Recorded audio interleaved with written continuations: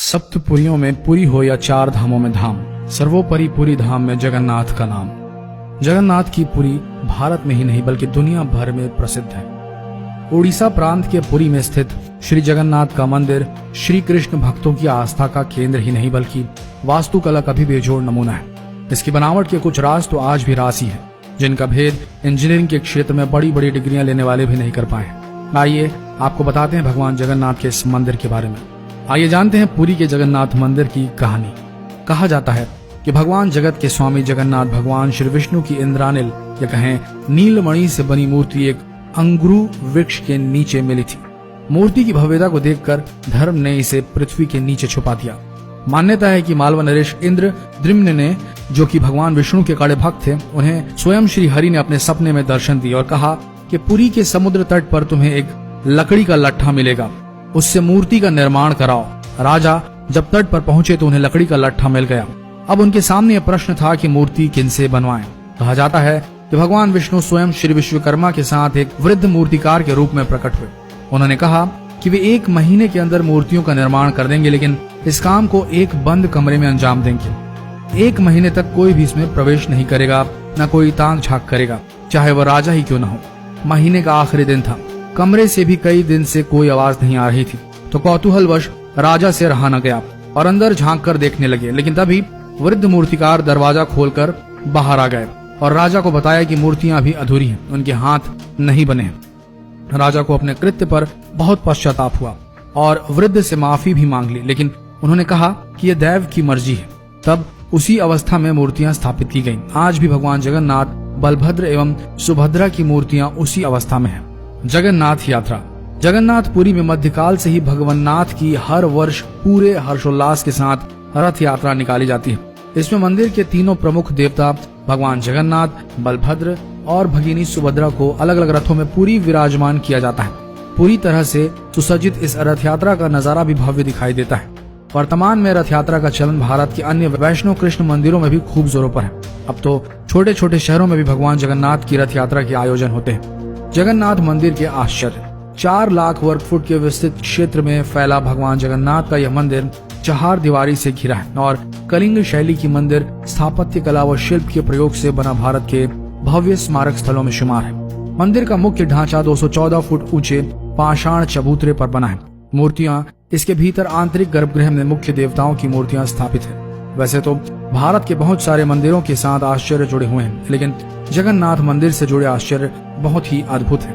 कहते हैं प्रत्यक्ष को प्रमाण की आवश्यकता नहीं होती। भगवान जगन्नाथ के इस मंदिर पर जाकर कोई भी इन आश्चर्यों को देख सकता है, लेकिन बहुत प्रयासों के बाद भी अभी तक इन रहस्यों से पर्दा नहीं उठा है। इनमें से कुछ रहस्य इस प्रकार है। हवा के खिलाफ लहराती है ध्वजा। मंदिर के शिखर पर स्थित ध्वज हमेशा हवा की विपरीत दिशा में लहराता है। ऐसा क्यों होता है, ये एक रहस्य ही बना हुआ है। एक और अद्भुत बात इस ध्वज से जुड़ी है, वो ये है कि इसे हर रोज बदला जाता है और बदलने वाला भी उल्टा चढ़कर ध्वज तक पहुंचता है। मान्यता है कि यदि एक दिन ध्वज को ना बदला जाए तो मंदिर के द्वार 18 साल तक बंद हो जाएंगे। सुदर्शन चक्र। मंदिर के शिखर पर ही अष्ट धातु निर्मित सुदर्शन चक्र है। इस चक्र को नील चक्र भी कहा जाता है और इसे बहुत ही पवित्र माना जाता है। इसकी खास बात यह है कि यदि किसी भी कोने से, किसी भी दिशा से इस चक्र को आप देखेंगे तो ऐसा लगता है जैसे इसका मुंह आपकी तरफ है। दुनिया की सबसे बड़ी रसोई। श्री जगन्नाथ के मंदिर में स्थित रसोई दुनिया की सबसे बड़ी रसोई मानी जाती है। इसमें एक साथ 500 के करीब रसोई और 300 के आसपास सहयोगी भगवान के प्रसाद को तैयार करते हैं। दूसरा, प्रसाद पकाने के लिए 7 बर्तनों को एक दूसरे के ऊपर रखा जाता है और प्रसाद पकाने की प्रक्रिया सबसे ऊपर वाले बर्तन से शुरू होती है। मिट्टी के बर्तनों में लकड़ी पर ही प्रसाद पकाया जाता है। सबसे नीचे वाले बर्तन का प्रसाद आखिरी में पकता है। हैरत की बात यह भी है कि मंदिर में प्रसाद कभी भी कम नहीं पड़ता और जैसे ही मंदिर के द्वार बंद होते हैं प्रसाद भी समाप्त हो जाता है। मंदिर के अंदर नहीं सुनती लहरों की आवाज। ये भी किसी रहस्य से कम आपको नहीं लगेगा कि मंदिर के सिंहद्वार से 1 कदम आप अंदर रखें तो आपको समुद्र की लहरों की आवाज सुनाई देना बंद हो जाएगी, विशेषकर शाम के समय। आप इस अद्भुत अनुभव को बहुत अच्छे से महसूस कर सकते हैं, लेकिन जैसे ही मंदिर से बाहर कदम निकाले आपको स्पष्ट रूप से लहरों की आवाज सुनाई देनी शुरू हो जाएगी। मंदिर के ऊपर नहीं मारते परिंदे भी पर। एक कहावत तो आपने सुनी होगी कि हाँ, मर्जी के बिना परिंदे भी पर नहीं मार सकते, लेकिन जगन्नाथ मंदिर में तो इस कहावत को सच होते आप अपनी आंखों से देख सकते हैं। परिंदों का पर मारना तो दूर, हवाई जहाज तक मंदिर के ऊपर से नहीं गुजरते। नहीं होती ऊपरी हिस्से की परछाई।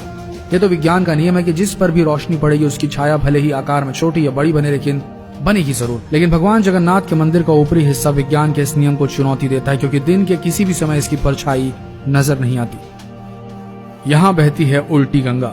अक्सर समुद्री इलाकों में हवा का रुख दिन के समय समुद्र से धरती की तरफ होता है, जबकि शाम को उसका रुख बदल जाता है और धरती से समुद्र की ओर बहने लगती है। लेकिन यहाँ भगवान जगन्नाथ की माया इसे उल्टा कर देती है और दिन में धरती से समुद्र की ओर व शाम को समुद्र से धरती की ओर हवा का बहाव होता है। कैसे पहुँचे उड़ीसा के जगन्नाथपुरी के धाम? वैसे तो जब भक्त का बुलावा भगवान करते हैं तो वह दुर्गम से दुर्गम स्थल पर भी पहुँच जाता है, और जब उसकी मर्जी नहीं होती तो आंखों के सामने होते हुए भी प्राणी अंदर प्रवेश नहीं कर सकता। जगन्नाथपुरी पहुंचने के लिए रेल, सड़क, वायु किसी भी मार्ग से देश के किसी भी हिस्से से आसानी से पहुंचा जा सकता है। तो दोस्तों, ये थी जगन्नाथपुरी से जुड़ी कुछ रहस्य और कुछ की कहानी। आशा करते हैं वीडियो आप सबको पसंद आया होगा।